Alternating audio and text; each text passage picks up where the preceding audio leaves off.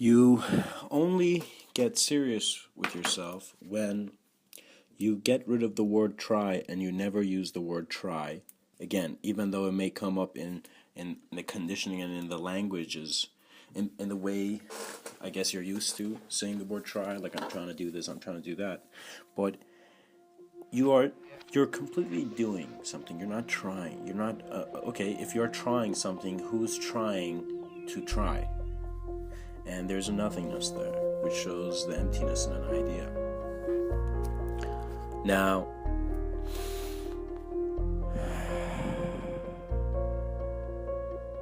how we calculate our first numbers decides what kind of life we'll have, in a sense that if you look at numbers, let's say 1, 2, 3, different values are named, you know. And so similarly, words have that, but words are not commonly spoken about in a self-reflective way. In other words, a person, if they talk to you in ways where they are trying to incite more the idea of you, then that is not true presence. Sometimes you see that you're only aware fully how much you are with someone only when you're in a silent moment with them, because you're not distracted by sound in regards to words speaking. You see, love is artful and is masterful and is omnipotent. It is existentially present. It is really any idea of love, regardless of the spectrum we can make.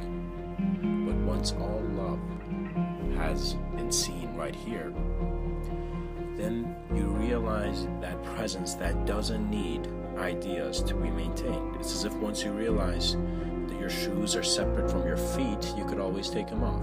You understand this? However, it doesn't mean you start walking outside barefoot. It means you walk with more awareness, you walk with more knowing. It's as if when you make your mistake, you walk with a lesson. You walk with an understanding of how something is done. And that natural understanding, that same enthusiasm that makes a child pick up a toy, a specific toy or whatever, that enthusiasm needs to be maintained. The more you can maintain a very high level of enthusiasm in your life, in regards to how enthusiastic you're about it, you realize your self-reflection dissolves in your greatest action. In other words, I can see that me talking right now about all this stuff is a great moment for me. It's the present moment. This is the moment I'm experiencing. And when I'm here, it's as if I'm not affected by the locational implication that an idea has. In other words, if I come up to you and say, hey man, visualize you're shaking hands with an Eskimo and you forgot your jacket, right? And you're in that kind of cold, Alaskan cold. You realize your mind can recreate that scene through activating the memories that you have in regards to it. In other words, you know how you have a certain mindset right now hearing this? Imagine hearing this a couple times. Once you hear this a couple times, you'd realize you're listening to it in a new space and time, in a new sense.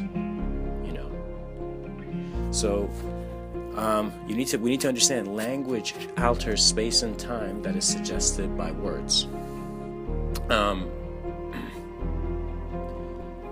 And the silence breaks that barrier of feeling you're caught in a web. You see, you're not caught in a web just because you don't know. Actually get comfortable with not knowing, because you're not going to know a lot of things. So don't think that when you don't know something, you're incapable. That is a meaningless method. It's an old method. Don't go the guilty route, guys. No human being needs to have guilt unless the guilt is real to the degree that they have done something which they know they shouldn't have. If you've done something which deep down as a human being you knew you shouldn't have, for example, let's say murder or something that is really affecting another person's life, it's as if when you're alive you should be paying attention to affect your own life, right? Because that's what you have control over.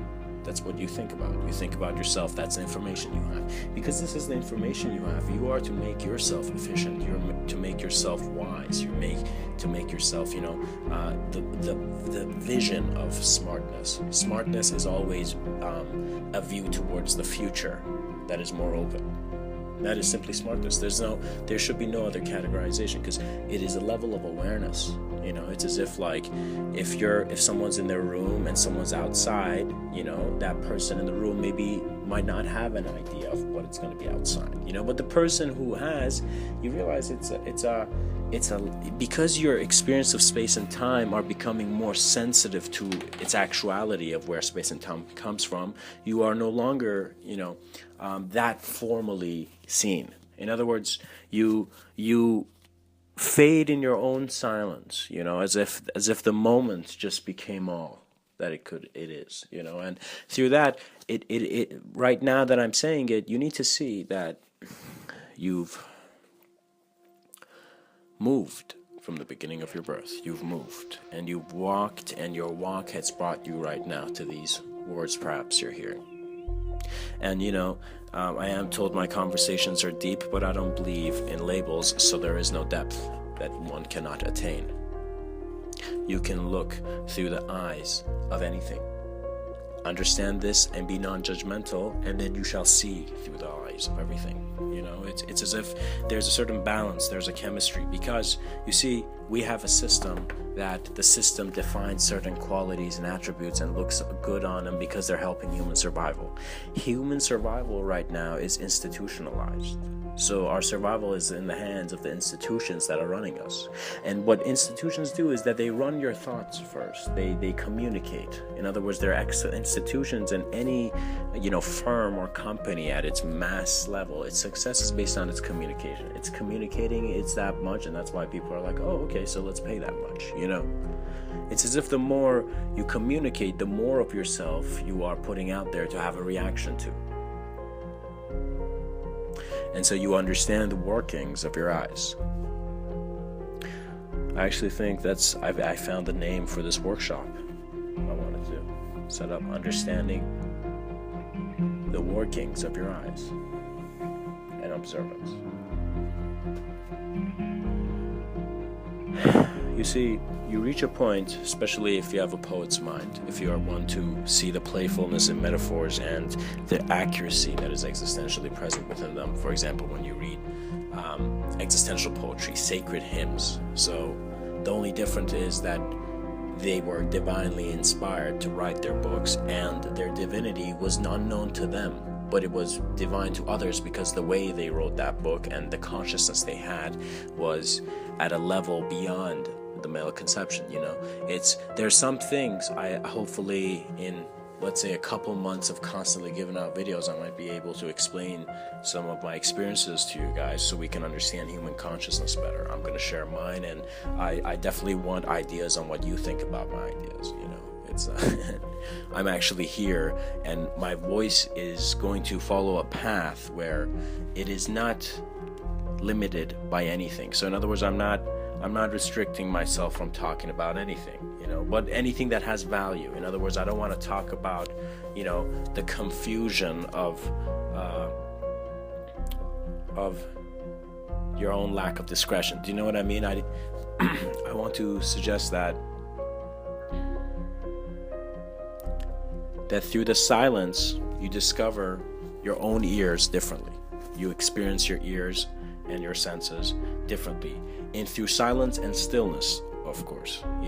There's different, and when you go through these layers, I think this is what should be taught to people who want to go explore their consciousness. If I was to ever, let's say, create a school where you talked about consciousness and you tried to show it, you'd show the different effects of speech and how speech communicates this kind of reality, and how the sensitivities between our alterations and consciousness. You see, we are a civilization where everyone has different ideas because the way they're aware of their ideas is different. That origin of attention is different. Now it's as if we are recognizing ourselves through, we are individuals, we're individuality, we exist as human being, as Homo sapien, and we could hold any flag. But what I find to be a very real attempt at discovering man's consciousness means that man must fade. In other words, if we are to set up schools, for example, that are exploring and teaching consciousness, they would be organized in ways where they would begin after a certain age, and the reason you say this age, because you see certain human processes are not developed. Guys, you see, there is healthy knowing here, and this is the knowing of those who have seen the values of the past and can see them still in the future. You see, regardless of a person you've been passed on the torch of your own culture and moment and experience and memory to present things here, right? Imagine every person, when I ask you, let's say you're born and you're grown up to, let's say, 20 years old, right, or 30 years old, whatever, right? And when I ask you, who are you, you would communicate, certain things that have happened from then on, right? Or you would communicate something about the future, I'm going to be this person, I am this. Or you communicate something about the present, I am this. Like a lot of people who want to communicate, I'm a boss, So, it's in a sense all about sensitivity to your own experience, and the way this is communicated to others, for example, school children, shall be through self-reflection and stillness and communication with nature. Kids should be around a lot of nature because they need to experience their consciousness with the habitat and how far it can go. You see, before the being becomes conscious, there are bodies that pay attention to creating a body for the child that can become self-aware. In other words, a presence bubble, as I've called and talked about and coined, I guess, in a sense. But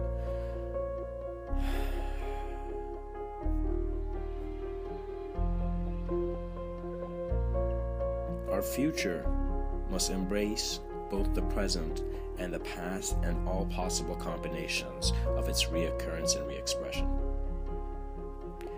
Those are the new rights of existence. Nothing is wrong, nothing is right. But based on agreed areas of land or certain nations or certain cultural themes, though they are agreeing to that. You know what I mean? In other words, the way our societies should be established is to prepare the person who the body is suddenly aging back, not aging, but it's as if your body is no longer at its highest peak and it's slightly going down towards its physical dissolution, right?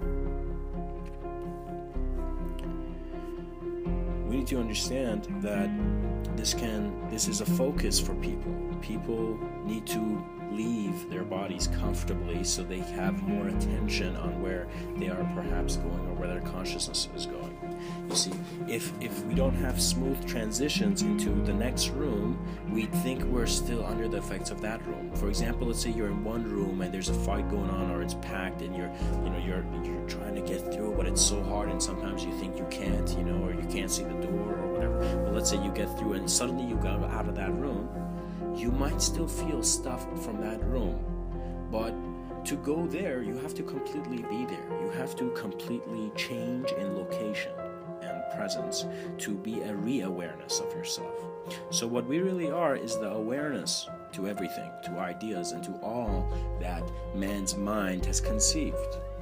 In other words, you can't wonder if this life is a hologram if you have not become aware of what you is, who is even experiencing a hologram. Or could be experiencing a hologram. Remember, in what is the most known as the spiritual path, it is a natural one. It is the one where you're not trying to study for it. It has nothing to do with your ideas, because you are ideas. From the moment that you are born, you're given ideas, and these ideas become more valuable as you become more real to other people and you communicate. So, if you're not an idea, how would you even know what to say? You wouldn't say anything. You would just be quiet.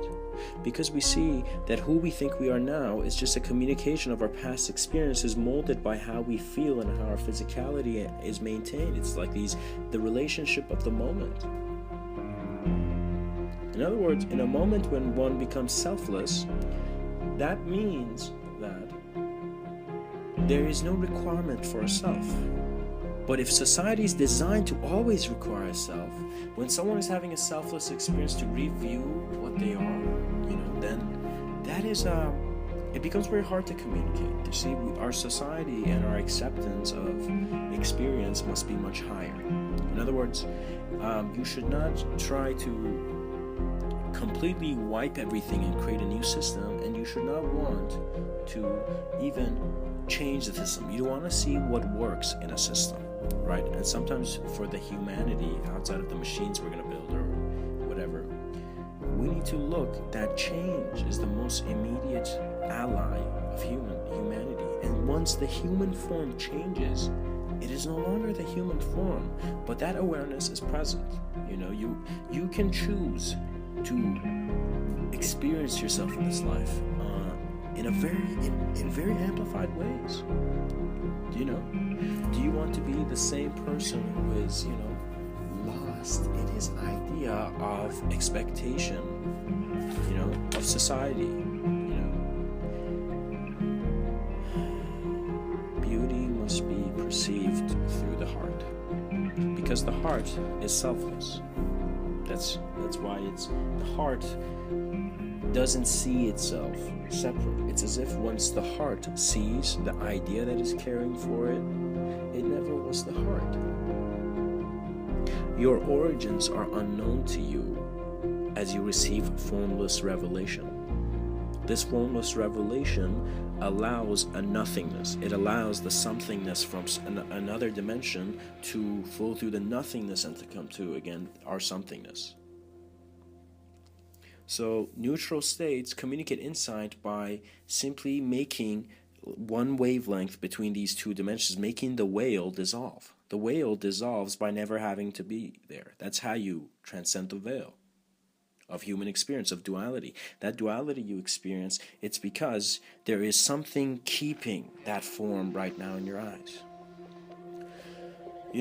The depth that I speak about suggests the questions that no one asks. So in other words, it's asking too many questions actually, but the same question. What does that mean? That means that when I seek depth, I ask the same question and I give an answer. I gave the same question, I ask the same question and then give another answer. And I see that two answers can exist for the same question. Multiple answers could go. It's as if my creativity can create the answer to my question. So similarly to how I pay attention to writing the question, I must also with that state write the answer, and then see that as I am writing the answer, as I am thinking about the answer, an answer will come to you, But then it is how selfless or selfish you are that decides how much you can actually utilize that answer, or the knowing. You see, you are the most immediate person who knows what's going on around you right now. And when I say around you, I mean literally in the closest proximity to you, right beside you, behind you, wherever you are. And you realize that you're keeping some processes here present, but also realize that those processes, those things you have to do in life, are limited to certain categories, and your attention is constantly on that. It's as if while you're alive here, you can re-experience yourself. You can have your attention flow to many different dimensions of experience. And when I say dimensions, I'm not talking about some science fiction concept you see in a movie. It is personal. It is unspeakable. You cannot show that process in the movie. You know why? Because if they showed you formless consciousness in a movie, there would be no movie. So it has to be a nice story, right? You got to see that how much do you want to be occupied by stories, and whose story? Your story or someone else's story?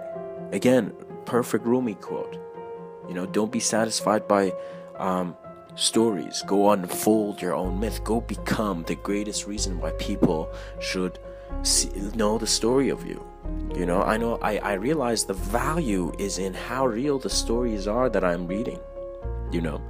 It's like you have not paid attention to, for example, poetry because you've only been reading science textbooks. But after reading science textbooks for a while, you see a beauty in life based on scientific structure and how that history is. It's as if once the idea accepts you in, you feel you are the idea. But the idea never accepts you in. It's your mind that's creating that. So in other words, when you're reading, let's say, science books, after a while, you realize that that's what your attention has been on. You might get bored. You might be like, okay, well, let's go see what the other people are saying, And you go see what the other people are saying, and you see it's a different story. It's a story based on myth, and it's weird because the story is about these things that aren't here. Who was Shiva, Krishna, Who were all these prophetic forms and mythological presences which we talk about? But it's crazy. It's because once that story is said to you, you're experiencing it. You see, experience is based on your reception of the story, and the reception of the story is always now. Your access to how vast your existential presence may grow is up to you, but also know it's just growing on its own as well. You're not lost. You're alive. You're experiencing. There's a value here. It's just that when you put the value too much on form, you relate to that form. You relate to formed things. You relate to information. When you are relating to information, you're not aware of what's exactly here in the moment, in the present. You're aware of the information that suggests what could be here, It's like you don't need that that bit of dust, right on your glasses. You don't need those smudges by someone else's hand on your glasses. You don't even need glasses, because there are moments where once your eye is open, a glass, glasses become valuable. But once your eyes are closed, no object becomes valuable because it's not objectified. Once you are aware and you realize it's very amazing, because sometimes when people, I don't know others, but when I've had out-of-body experiences, it's as if I'm experiencing more of a reality of subjective creativity. It's as if I am more able, but I'm able in another body of knowing that is not relevant to the one I have. It's as if I feel myself, in my own greater reflection, which is right now present at the moment, which is this life. You see, sometimes I find that when I just speak in the moment and I'm just saying things after another and it's just flowing out, and I wonder, like, how am I trained to speak this way? How am I able to connect these ideas without really thinking about them, just turning on and speaking about something? And I notice that it's as if when my understanding of how my own intelligence works shifts, there is a tuning in regards to the objective and subjective realms, but at the same time, an opening and an allowance for me to be someone greater, and that greater sense of being is my own greater vision. It's like once Hercules realized he had the presence of a god, he wasn't worried, for example, let's say, because he knew he was there. It's only when you don't think you're there, when you have a sense of lack. Guys, lack is a realm of negative imagination. Because a lot of people who say, I don't have this, is because they're comparing to someone else. If you were alone and you had nothing and I came to you and I said, what do you have? You won't say nothing, you'd say, I have everything. Do you know what I mean? You won't say nothing because your vision allows you to become an experience of anywhere, any subjectivity, any objectivity, any fabric or wavelength of existence.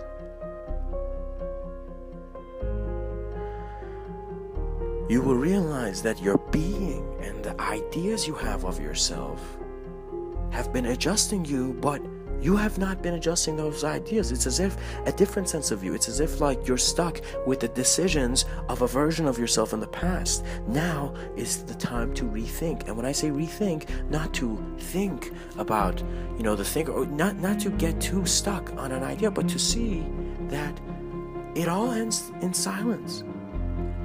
All words end in silence. It's as if like death. It's as if once, the word comes into being, it has shape, form, letters, sound,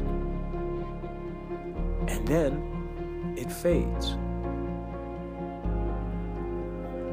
And as it fades, there's an emptiness in the change. So our observance of change is the greatest observance of our consciousness. But we must understand that observing our change from a place of form is different than observing ourselves from a place of the formless, Formless observance to self is unspeakable. Formed observance to self is speakable to a degree, but is not as good as the other one. In other words, how good of a technology in regards to your thoughts and your thinking do you have with you? And how comfortable are you with not knowing? Because that is the most important thing in life. Because you might find the smartest man alive, but you ask him what's after death. And what would he say? Would he say he knows? Would he be sure? Or would he say, I don't know? And you see that the person who says, I don't know what's going to happen after death, is the one who is humble enough and deserves to see what happens after death. Because in a world where your mind is creating whatever you think of, thoughts become important. Because they become the holograms, they become the projections, they become the realities, and they are elusive because they suggest us being separate from our fractal nature with all that exists. But you're not.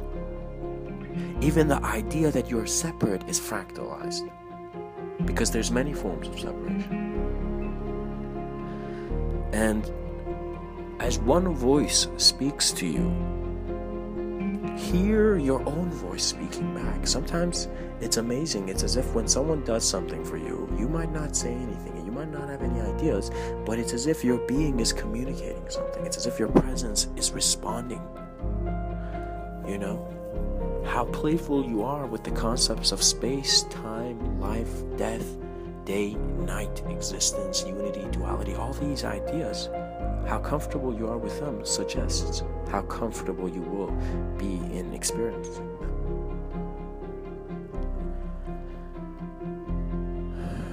Your life will at some point provide you, and has always been providing you, because it's through a collective intelligence that it's being provided, the route for your individuality to walk on. Life is a treasure to be perceived, not to be kept, had, manipulated with, not to be just touched. It's to be. It's like, no, it's like I'm not just looking at it, I'm also being it. I am being it. That's the sentence you never hear.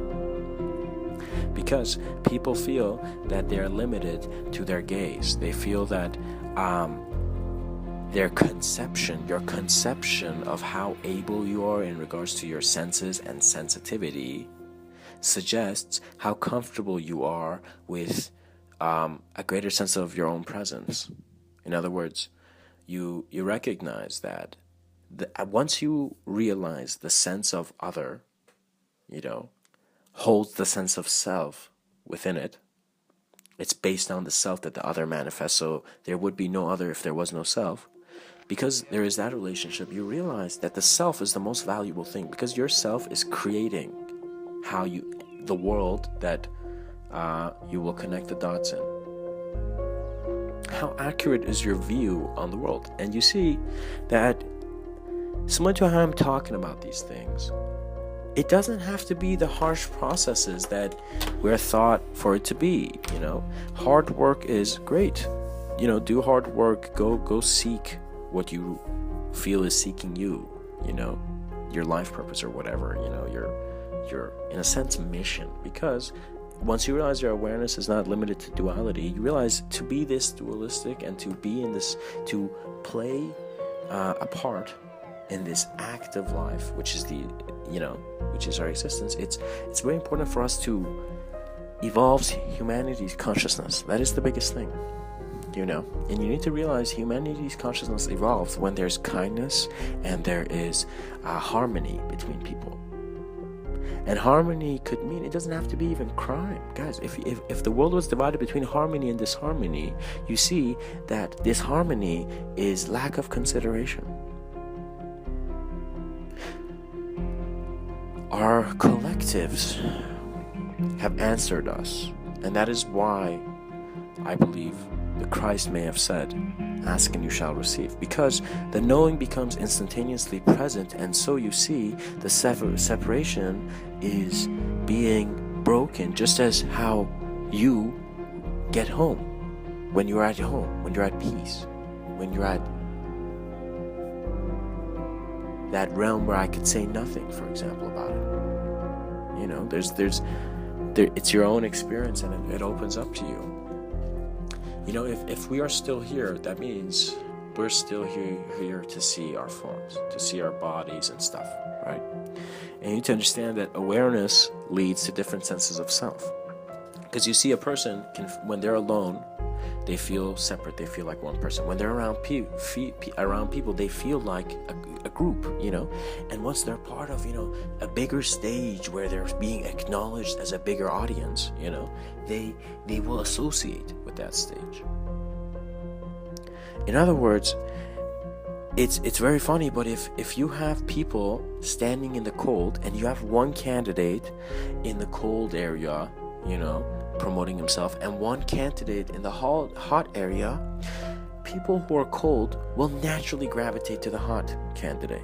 In other words, in the hotter area where the candidate is, right? In other words, your choices are based on your physicality, but also your thoughts on your physicality.